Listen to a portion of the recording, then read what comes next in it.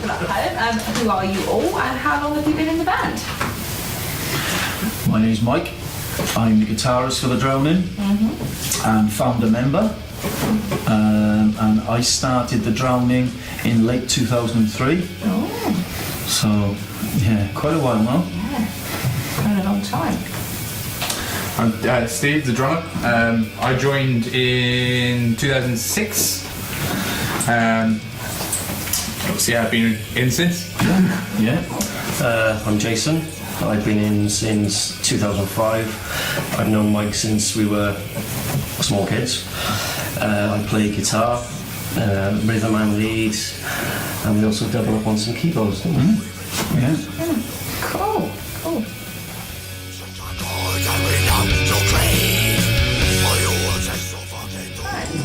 Who were your musical inspirations when writing the album? Writing this Bleak album, yeah? This is why we're here today. Yeah. A lot of the time we get classed with the big three, which is Anathema, My Dying Bride, Paradise Lost, which, yes, there is an element of truth in that. Definitely influenced us on that album and the previous album. But we kind of moved away very quickly with this Bleak Descent, so not to be sort of tarnished with the main three, although we still do now even today. So, but hold those three bands in, with massive respect. We still listen to their music today. So yes, they've always been an influence, and I think, some of their older albums, not so much their newer stuff, will always have like a little bit of influence on us, even with the writing today with some of the newer styles we're doing. So but there's also a lot of like old school black metal, old school death metal, all mixed in, so you're getting that sort of, crossover with death doom. Yeah. So it's not solely, gloom and doom. Yeah, there's a lot more aggression in it, which you get from the death metal side, really. So.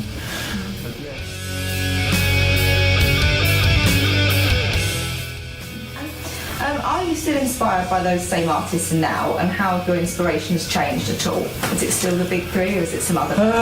It's funny, really, because what I found over the past few years, I'm not so much buying less music, but concentrate on more of the writing. So you're not sort of like pulling bands out and saying, right, well, I'll take a bit of that and I'll take a bit of that, So I still listen to these bands, and but I wouldn't say they're influencing us right now. But I think they're great bands, and I think without them we wouldn't be doing the style we're doing. But at the same time we're not blatantly ripping them off. Yeah. We're doing our style of the genre, you know what I mean? Yeah. So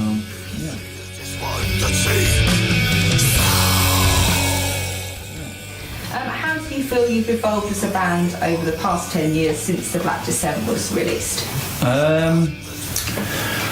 Technically, as musicians, I mean, me and Jace, we've gone, further playing-wise than we thought we would have. The writing is constantly progressing, so... it's more of a collective output now, isn't it? It's with the five of us rather than two or three of us getting together. It's more of a collective. Because, I mean, the very first album we did was literally me. Yeah. I did all the writing solely myself. Jace came in when we were ready to release that album. He started doing a few solos on it. So you find that if you're going to progress, you can't solely write on your own. You've got to bring the rest of the members in and have their input, because we all come from different backgrounds musically. Obviously all metal and stuff, but so many different genres. So chucking all that into the mix, you end up with a product, but you think, well, hang on, this is not, Well, musically, it's been Steve, Mike and myself. We just kind of get together and we just kind of jam things out. Mike will bring riffs in, I'll bring the odd riff in, and Steve will have ideas what he wants to do with it as well. So it's much more of a collective thing since back then.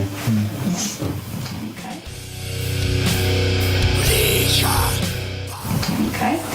If you had to pick one, what would be your favourite track from the album and what? Personally, mine was Flowers for the Fallen, so I like the juxtaposition when it goes soft to quite heavier.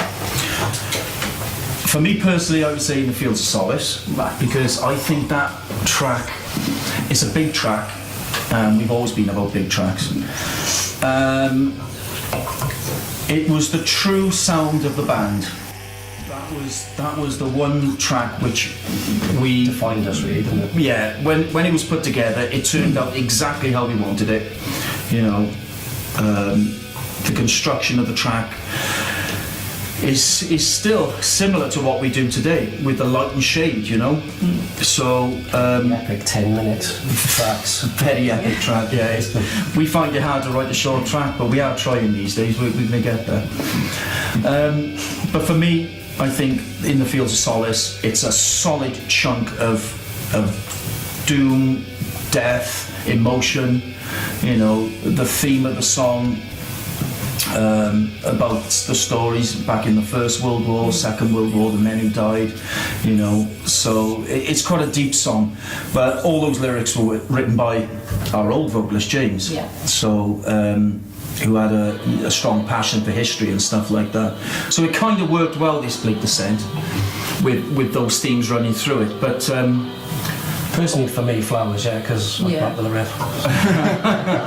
yeah, and the ripping solo at the end, Yeah. you know, which again, with Jace doing that solo at the end of Flowers for the Fallen, with the genre we're doing, you don't see a lot of like, you know, guitar solos, No. proper solos. That's right. You don't get them, you know. People just stick to like melodies and just, you know, some melancholic lines. But to be ripping into a solo, you know, like an old school, almost like rocky metal solo, in with that style of music, and it works. It works really well, you know. So. And how long have you been in the band? I'm Dickie, I play bass, and I've been in the band since, see, I started as a session live member sometime in 2012. I believe I joined the band properly in 2015. There was some contention from this. We, a couple of members of the band, myself and Steve, were really kind of angling for Dickie to join much earlier than he did officially. But now that he has, it's excellent. So yeah, about that. Yeah. I'm Matt Small. I joined the band about, was it 6, 7, 8 years ago? 2012. Don't count years, it makes me feel fucking old. Since then, to replace the old vocalist, I think everything ended amicably. Yeah, 2012 vocals.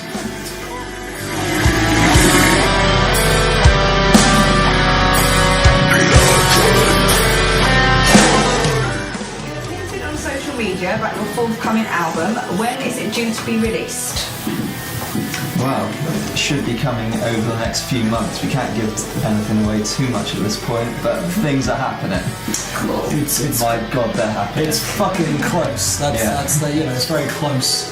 But you know, we can't say anything else. Cool. Yeah. But if you want to know about it, you'll know about it as soon as we do. We are on the internet. Which is where are we on the internet? You can find us at Drowning Whales on Twitter, Instagram, Facebook, YouTube, all of that stuff. I don't like technology. Yeah.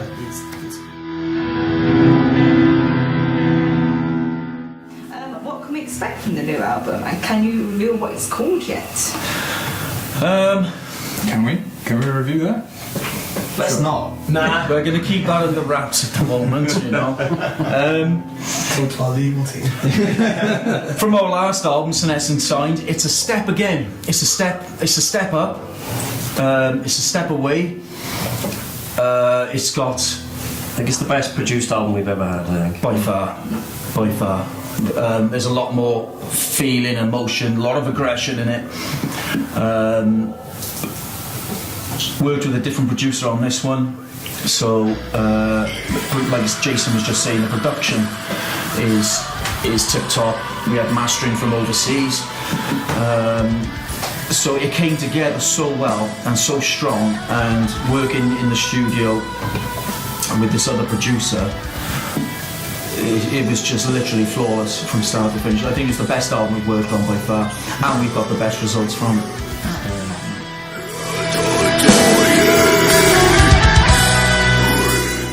It's challenge time. time, you have to describe The Drowning to someone who's never heard of them before without using the words blackened, doom, or heavy. Go. Slow melodic death. Melodic death, yeah. It's dark, definitely dark. I would say medium tempo. It's funny because often people say to us, you know, you're doing death band and stuff like that, and I'm like, well, we're dark metal. I've always liked to class us as a dark metal, as a dark metal band, because we don't stick to any formula, you know. So, like I say, we could stick thrash metal riffs in, or you know, sort of black metal riffs, or just standard riffs. Sounds like Black on Doom. Heavy metal riffs, or traditional heavy metal riffs can be chucked in with, you know, nice guitar solos, but it always comes back to what it is, and it's that darkness, that dark metal. Challenge time. You have to describe The Drowning to someone who's never heard of them before without using the words blackened, doom, or heavy. Go. Ball crushing riffs. Done.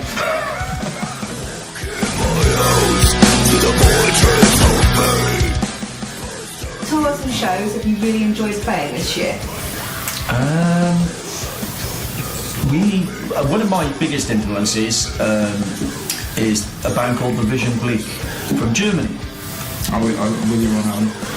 Who, I mean, it's a guy called Marcus Stock, who is behind Bleak. And okay, I will say he has mastered our recent album, so we're pleased with that. But Bleak have been one of those bands over the years which, you know, definitely dark metal, horror metal, or whatever you want to call them.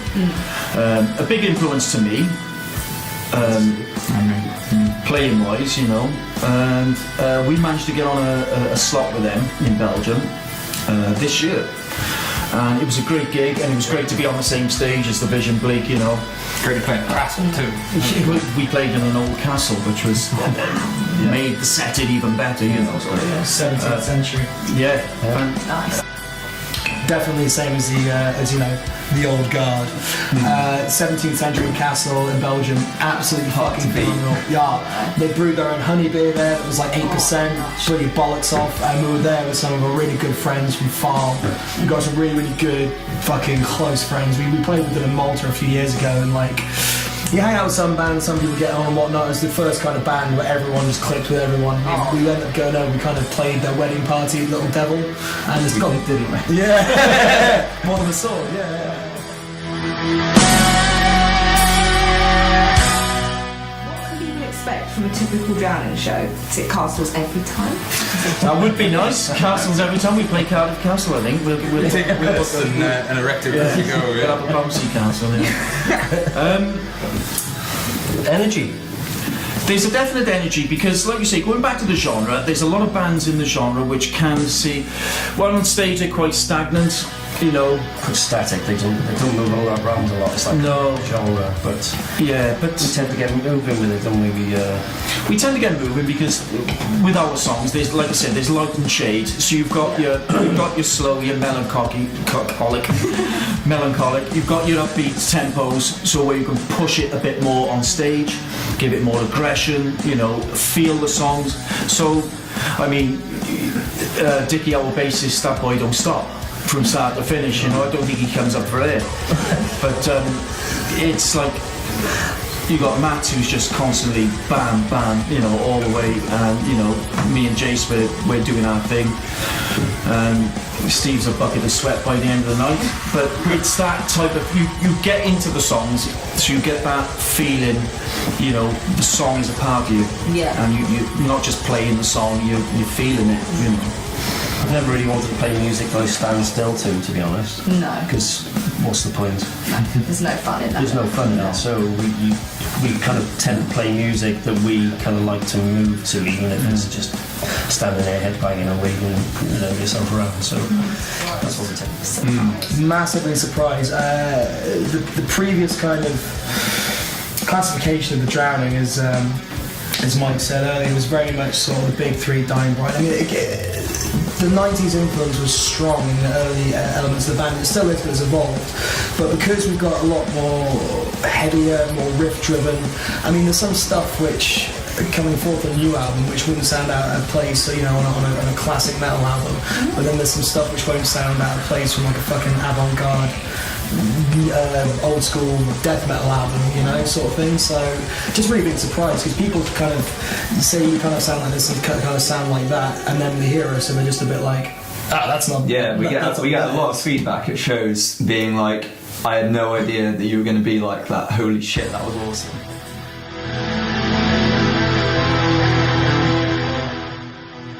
Live shows. What festivals would you absolutely love to play? Bloodstock's been one that we've been wanting to do for a long time. Yeah. Mainly because it's in our home, you know, it's our home country, and you know, I'm a Bloodstock goer anyway. Yeah. So to play that would be good. Naturally, some of the festivals abroad in Germany and places like that, they're the ones, you know, to get on. I think with the abroad stuff, you know, especially Central Europe, they probably understand our music more than the people in our own country, you know. Moving farther afield, fucking Metal Days would be fantastic.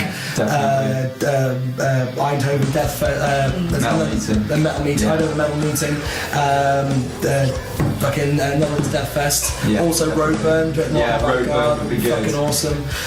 Not seen Extreme. What's the other one out there in Romania? The one that's in the lake in the mountains. The one was in that in Finland. Either way, that one. loads of awesome ones, basically. Yeah.